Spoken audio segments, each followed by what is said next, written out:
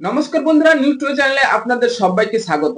সেই 4 নম্বর স্থানে যাওয়ার যে লড়াইয়ে সফল হলো রাজস্থান রয়্যালস। হ্যাঁ বন্ধুরা, সব সমীকরণের সমাধান করে দিল সেই রাজস্থান রয়্যালস। কারণ পাঞ্জাব কিংস লখনৌ সুপার জায়ান্টসের বিরুদ্ধে আগের দিন জিতে তারা আশা করেছিল যে 18 ওভারে আমরা অনেক নেট রান নিয়ে জিতে রয়েছি, সেখানে যদি রাজস্থান রয়্যালস মুম্বাই ইন্ডিয়ান্সের কাছে হেরে যায় আমরা কোয়ালিফাই করব।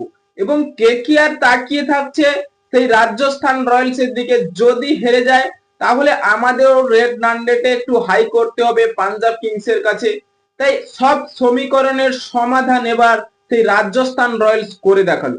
হ্যাঁ বন্ধুরা, যারা 5 বার চ্যাম্পিয়ন সেই মুম্বাই ইন্ডিয়ান্স এর বিরুদ্ধে তারা জয় পেয়েছে। এবং মুম্বাই ইন্ডিয়ান্স কি করছে ভাই, 5 বারের চ্যাম্পিয়ন, অন্তত শেষ ম্যাচটা এসে জেতা তো সম্ভব ছিল। কারণ সেই রাজস্থান রয়্যালস ভাই সত্যি দুর্দান্ত খেলছে। 2026 সালে 205 রান করেছে মুম্বাই ইন্ডিয়ান্সের বিরুদ্ধে।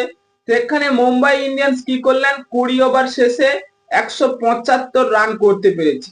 তাই এত লজ্জাজনক হার মুম্বাই ইন্ডিয়ান্সের। তাই সব সমীকরণের সমাধান করলো সেই রাজস্থান রয়্যালস।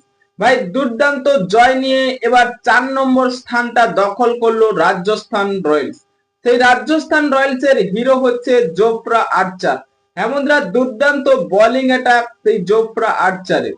এবং কেকেআর ফ্যানদের মনে কষ্ট হতে পারে যে আমরা কোয়ালিফাই করতে পারলাম না, যদি একটা ম্যাচ আগে জেতা থাকতে পারতো তাহলে এই কঠিন সমীকরণে বা রাজস্থান রয়্যালস এর আগেই আমরা অবশ্যই কোয়ালিফাই করতাম। কারণ আমি বলবো ভাই, কেকেআর 2026 সালে হয়তো চ্যাম্পিয়ন না হলেও তারা চ্যাম্পিয়নের মতন খেলেছে। কারণ যে প্রথমে হারগুলো হয়েছিল সেখান থেকে আমরা ভেবেছিলাম যে কেকেআর একটাও ম্যাচ কি জিততে পারবে না, বা এমন ভাবে কেকেআর কি হারতে হবে। তারপর এসে যে কামব্যাকটা করলো ভাই, পরপর 7টা ম্যাচে 6টা জয়, এবং লাস্ট ম্যাচটাও যদি জিততে পারে কেকেআর কে অনেকটাই কমফোর্টেবল লাগবে। কারণ 2027 সালে তারা কিছুটা হলেও ভালো প্ল্যানিং করতে পারবে। এবং কেকেআর এর জন্য একটা গুড নিউজ রয়েছে ভাই, সত্যি কেকেআর এর বোলিং অ্যাটাকটা শক্তিশালী হবে। কারণ সেই সৌরভ দুবে আজকেরও 2টো উইকেট নিয়েছে সেই দিল্লির বিরুদ্ধে।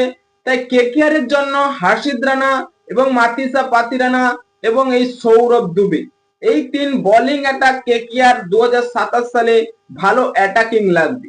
এবং বরুণ চক্রবর্তী, সুনীল নারিন এরা তো রয়েছে, অনুকূল রয়, এবং স্পিন অ্যাটাকেও শক্তি বাড়বে। ভাই কেকেআর 2027 সালের জন্য প্ল্যানিং করতে হবে।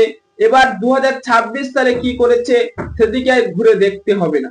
হ্যাঁ বন্ধুরা, আপনাদের কি মনে হয়, কেকেআর কি পারবে 2027 সালে ভালো কিছু করতে? তাই এখনই আপনাদের মতামত কমেন্ট বক্সে লিখে জানিয়ে দিন এবং চ্যানেলটি সাবস্ক্রাইব করে আমাদের পাশেই থাকুন। ভিডিওটি শেষ পর্যন্ত দেখার জন্য আপনাকে অসংখ্য ধন্যবাদ।